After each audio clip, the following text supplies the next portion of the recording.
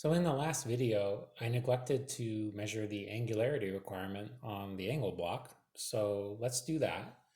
Right now, the requirement says angularity of 5 thousandths to datum B. So to set that up, we're going to take datum B and we're going to set it up on a sine bar and raise it to 40 degrees for a subtraction measurement. So let's do that. Now, if you haven't watched the video on angle measurement and sine bars, you may want to check out that to get more info. But in order to figure out how much of a Joe block stack to make, we're going to do a simple equation. We're going to do 5 times the sine of 40, because we have a 5-inch bar, 3.2139 and some change. So we need to get to 0.2139. So we're going to use the 0.1009 and the 0.113, and we'll assemble them together like this. Make a little cross and then twist. And then we need the 3-inch.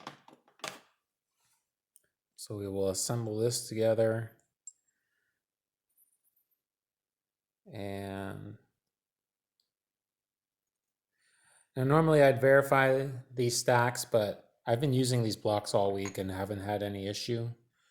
And I'm gonna just trust them.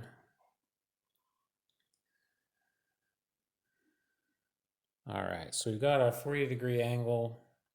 We gotta take our datum B surface and put it very gently on the sine bar, like so. Don't wanna knock anything over. And now we're gonna bring up our indicator and we're gonna zero on one corner. Okay. And then we're gonna sweep. We're gonna look for some error. I'm gonna sweep all around, and man, it's really not a lot of error. It's really, really tight tolerance and held very tight as well. So it was about 1/2 thousandth of error, and we had a tolerance zone of 5 thousandths. So this is that same flat, surface tolerance zone I showed you earlier, just like perpendicularity and parallelism. You get a tolerance zone up or down for what you're registering.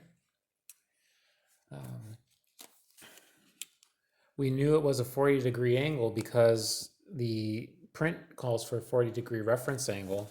And maybe you've noticed on some of the images I've shown you in the prints, there's a box around the 40 degrees. And I never really explained what that box is. So let me do that now. I should have done that earlier.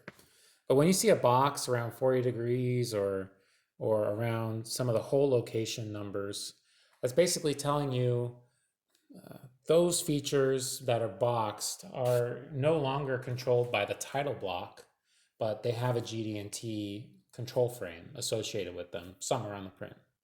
So it's kind of a visual indicator to say, do not apply the title block tolerance to this feature, apply the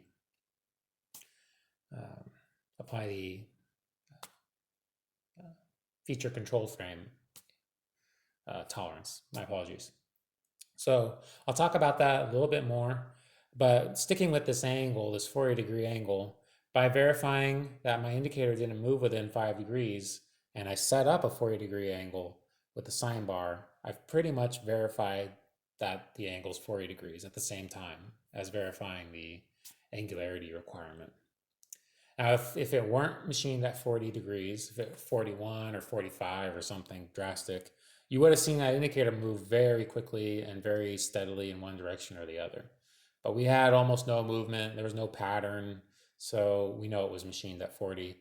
We certainly could grab that bevel protractor on the desk there and try to verify it that way, but it has no meaning anymore once that box goes around it on the title around the 40-degree requirement. It becomes controlled by the feature control frame. So keep that in mind. And continuing on that discussion about the box, it also applies to the true position requirement. So let's find our print that has true position on it. So right here, we have a true position 14 and datum's involved. And you'll see this hole here is positioned by this 2.5 in X and this 0.5 in Y. They also have a box, and it's the same as I just mentioned. It's a visual indicator that these dimensions are controlled by a feature control frame. You'll also probably notice that this hole here is on the same line as the 2.5, and this hole here is on the same line as the 0.5. And that's because, when we're making engineering drawings, we're taught to be as efficient as we can about using these callouts so that we're not cluttering up the drawing so much.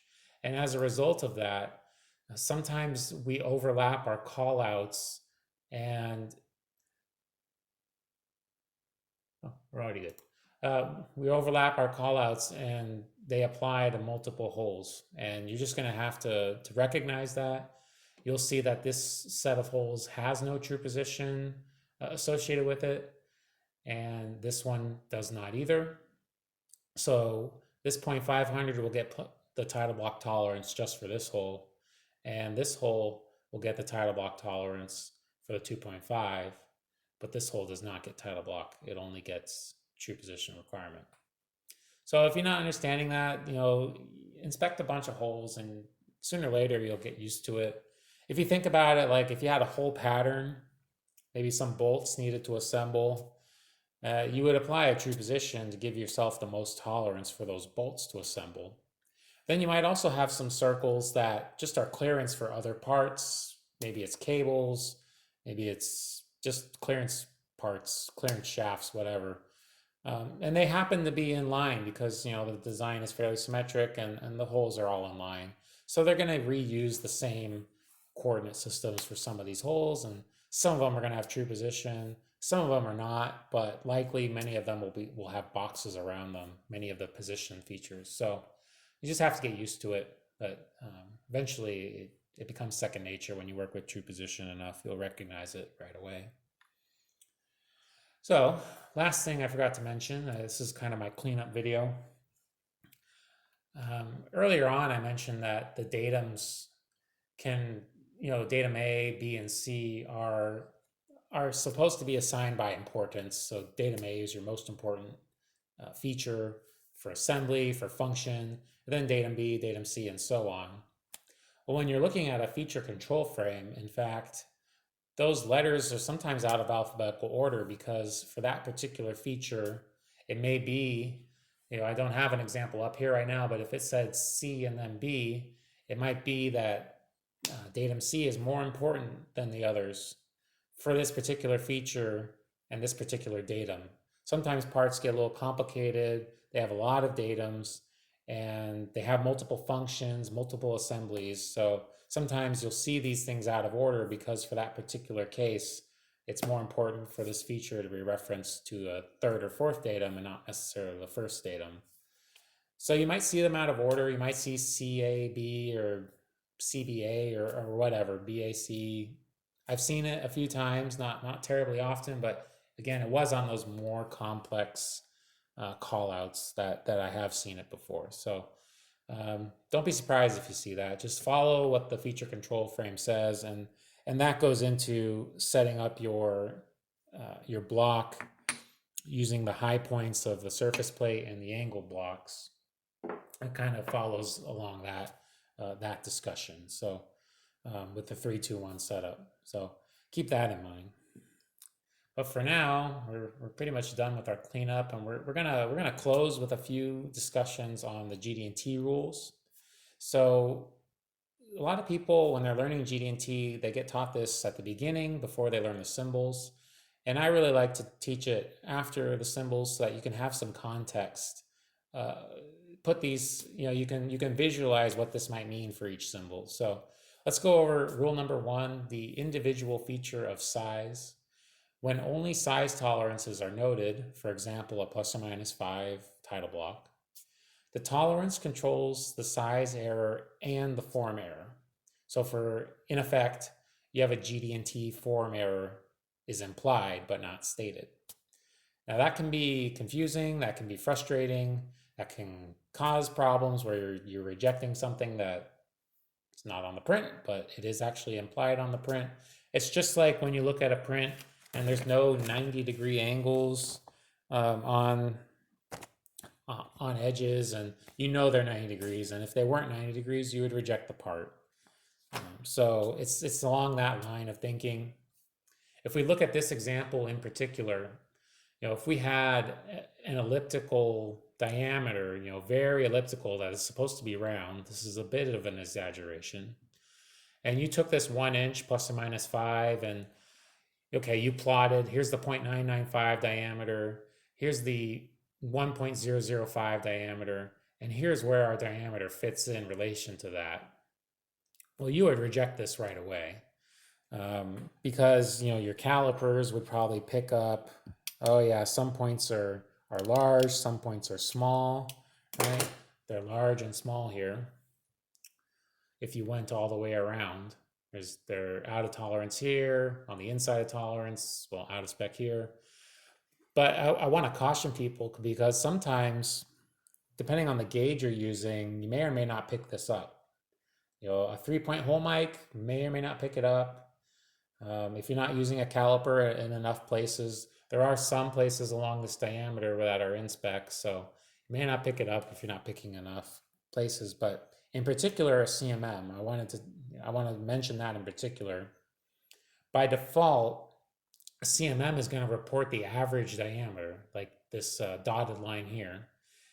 And that's all. It's going to say, look, the average is in tolerance. And by default, it doesn't tell you anything extra. And you can program it to tell you extra, or bring up those details. But in my experience with the CMMs I've used, it's always been a little of an extra step at the programming side. And so it just means you pay a little bit more attention. People tend to put a lot of faith in the CMM. And this is one area where it's human error. CMM could measure the part correctly with the probe, but you didn't program it to report all of the requirements, even the implied ones. Now, I haven't used every software, I haven't used every CMM, but I've talked to some people, and they agree with me that it's something you need to pay attention to, especially with a tight tolerance. Program those lows and highs, have it report that. With an open tolerance, it may not be as big an issue. But with a closed tolerance, it is. But what you should see on the right side here, what you should see is that all of your points are in your tolerance zone, no matter where you are. This is kind of an exaggeration of the diameter, but zoomed in. But it's all in tolerance. No matter how bad that shape looks, it's all in tolerance, and that's what we're looking for with GD&T form error. If you were using a caliper, even forget the size requirement. If you used a caliper and you went around and you had a bunch of variation greater than the 10,000ths window, you could reject it just based on that. It wouldn't even matter what size everything was. If you got more than 10,000ths of variation, you can reject it, because there's no way you could fit all of that error inside of a 10,000ths window. And that's something you might see with an indicator when you're doing some run out checks. If you're like, whoa, this is running out way too much, that is a diameter issue at the same time. They're related. Or it could be bent, tapered. It's not always a diameter issue, but it could be. So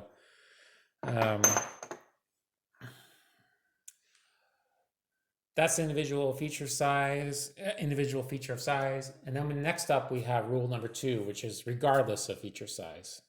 And what this says is that the GD&T tolerance applies to the feature everywhere, no matter how big or how small the part is.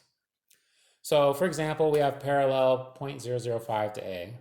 And if we remember from our angle block print, datum A is back here, this surface. So if we were going to do a parallelism check, say to the top surface, we would have 5,000ths of tolerance. But if the part grows, same design, just scaled up, and they don't change the tolerance, we still only have 5,000ths, no matter how much bigger the part got. Unless somebody changed the tolerance in the software, you have to apply that same tolerance. I've seen some people say, well, what is it every 6 inches? What is it every 12 inches? Do you maintain 5 within every 12? And Sometimes that's true, but there's a growing trend or there's a waviness, and that doesn't count. It's got to be everywhere. So this is by default at all times. It doesn't need to be called out. You're not going to see a special call out. You might see an MMC or an LMC for maximum material or least material condition, and that will give you some bonus.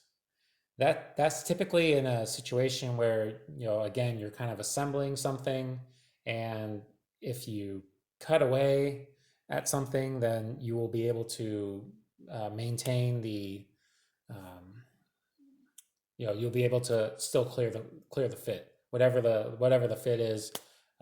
That might give you some bonus tolerance, but I actually haven't seen that very often. So I can only think of one time where I saw that. It's pretty rare. So if you come across it in your industry, in your job, just study the call out closely, and um, that that bonus tolerance is gonna be dependent on some feature size as well. So keep that in mind. Um, Now there is a rule 3 that we're really not going to talk about in this video. It has to do with threads, and rule 3 says when you're designing threads or inspecting threads, basically everything is dependent on the pitch diameter, and it defines the pitch diameter there. Which we said is when the root, when the peak and the valley thickness is the same. That's the pitch diameter, and that's roughly 50% of the way from the root to the crest. That's all it really says. It just says do all of your designs and tolerancing off of the pitch diameter. So we talked about that a lot in the thread inspection videos, and I don't see a reason to bring it up now, but in case you're wondering. Um,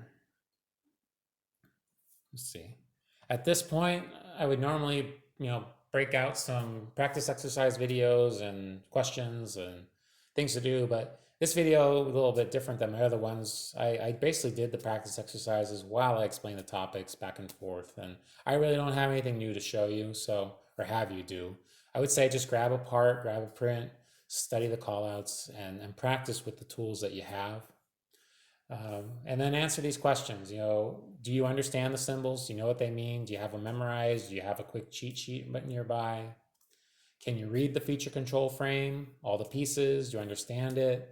Datums, symbols first, then tolerances, modifiers, and datums.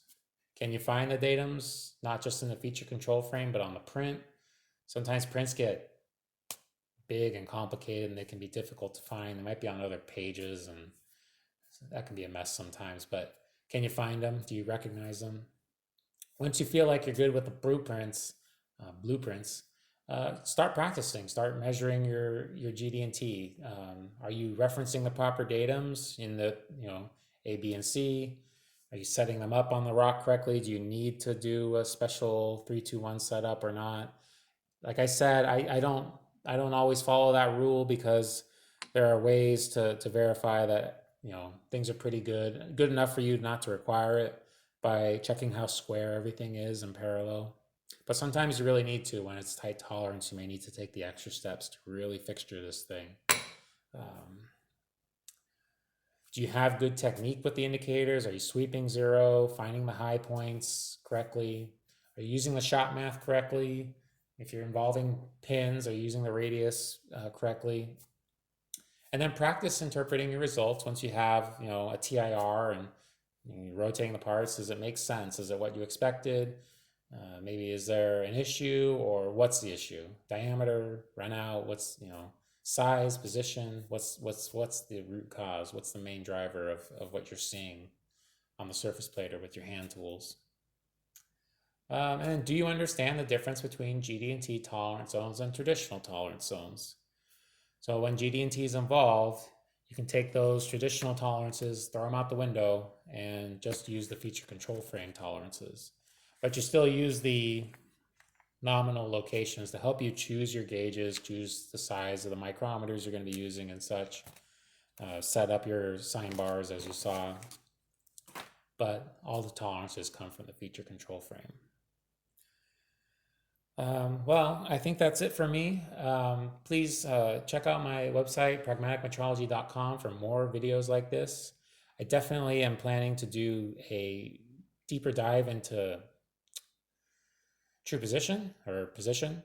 I have a calculator that will demonstrate the concept of position and circular tolerance zone and maximum material condition, bonus tolerances, all that. I have a calculator. I'll record a video for it. It will help explain that a lot better than I could otherwise. So look for that video there. Look for other videos on gauges, on concepts, um, anything that will help you in your careers and as an inspector learning about metrology. And I do want to take my quick moment to thank Laney College that let me use some of these parts here to demonstrate these videos. They have a really great program for CNC machining, manual machining, um, metrology, of course, blueprints, CAD design, maintenance. They have more courses, I can't remember. They also have certificates that you can earn, like inspector or machinist if you take enough courses. Maybe it's manual machinist. They have an associate's degree, if you stay for the 2 years and take all the courses, and apprenticeship programs. They're involved with apprenticeship programs, local companies, so you can do your classes there. So that's Laney Machine Technology in Oakland, California. So if you're in the Northern California Bay Area, check them out. They've got a great program there. That's Laney. So thank you guys for watching this video. I appreciate it. I hope you liked it. I hope you check out my other ones, and I'll see you for the next one. Thanks.